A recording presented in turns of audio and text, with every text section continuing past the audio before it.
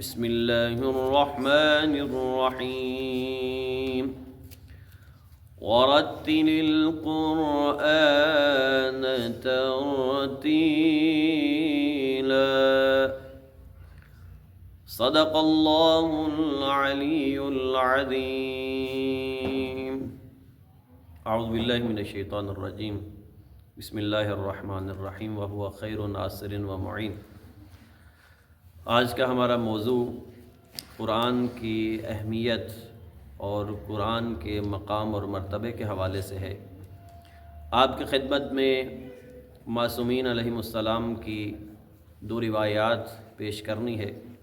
اس سے آپ اندازہ لگا سکتے ہیں کہ قرآن کی تلاوت کا مقام اور مرتبہ کیا ہے۔ امام جعفر صادق علیہ السلام ارشاد فرماتے ہیں: ثلاثۃ یشکون الی اللہ عز وجل مسجد خراب لا یصلی فیہ اہلہ وعالم بین الجہال ومصحف معلق قد وقع علیہ الغبار ولا یقرأ فیہ۔ مولا فرماتے تین چیزیں اللہ تعالیٰ سے شکایت کریں گی۔ نمبر ایک، وہ غیر آباد مسجد جس میں کوئی نماز نہیں ادا کرتا، وہ مسجد اللہ کے حضور شکایت کرے گی ان پڑوسیوں کے بارے میں، ان قریب مسجد رہنے والوں کے حوالے سے جو مسجد میں نماز ادا کرنے کے لیے نہیں آتے۔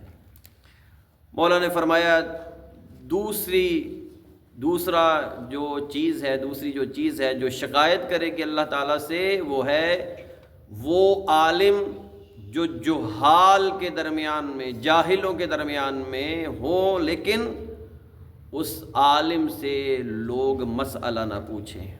تو یہ عالم اللہ کے حضور شکایت کرے گا ان جہلا کے بارے میں کہ میں وہاں موجود تھا لیکن انہوں نے مجھ سے سوال نہیں کیا، پوچھا نہیں ہے، دین کا علم حاصل نہیں کیا، اللہ تک پہنچانے والی باتوں کو اس نے نہیں سیکھا۔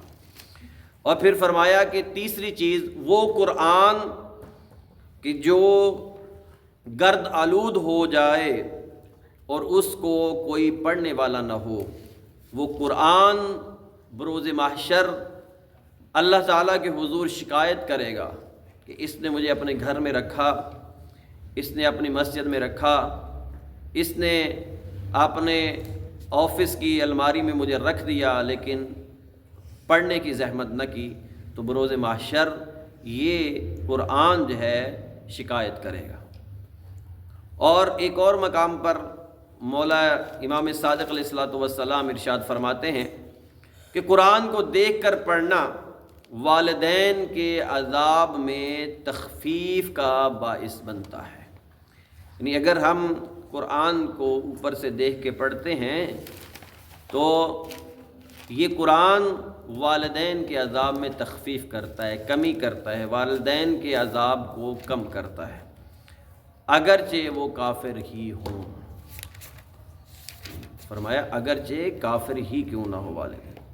تو لہٰذا میں نے آپ کی خدمت میں قرآن کریم کی آیت بھی پڑھی، اس میں اللہ تعالیٰ ارشاد فرما رہے ہیں وَرَتِّلِ الْقُرْآنَ تَرْتِيلًا، قرآن کو ترتیل کے ساتھ پڑھو۔ اور ہمیں چاہیے کہ ہم خود بھی اور اپنے بچوں کو بھی بہترین انداز سے قرآن کی تعلیم دے۔ جو قرآن جس انداز سے نازل ہوا ہے اور جو قواعد و ضوابط ہے قرآن کے، ہمیں چاہیے خود بھی ویسے پڑھیں اور اپنے بچوں کو بھی اسی انداز سے قرآن کو پڑھوانے کی کوشش کریں۔ اور ایک اور مقام پر قرآن کریم میں ہے فَاقْرَؤْا مَا تَيَسَّرَ مِنَ الْقُرْآنِ۔ یہ بھی نہیں ہے کہ آپ قرآن سارا دن قرآن پڑھتے رہیں، اپنے آپ کو مشکل میں ڈال لیں، نہیں، فَاقْرَؤْا مَا تَيَسَّرَ مِنَ الْقُرْآنِ، یعنی جتنا آپ آسانی سے قرآن پڑھ سکتے ہیں اتنا آپ پڑھیں۔ روزانہ اگر ایک آیت آسانی سے پڑھ سکتے ہیں وہ پڑھیں، اگر 2 آیات پڑھ سکتے ہیں وہ پڑھیں، اور کوشش کریں کہ اس کے ساتھ ان آیات کا ترجمہ بھی پڑھیں اور مفہوم کو بھی سمجھیں۔ خداوند متعال سے دعا ہے کہ پروردگار اس آفاقی اور اعجازی کتاب کے صدقے میں ہمیں اور اپنے بچوں کو پروردگار صحیح معنوں میں محمد و آل محمد کی تعلیمات کو سمجھنے اور اس پر عمل پیرا ہونے کی توفیق عطا فرمائے۔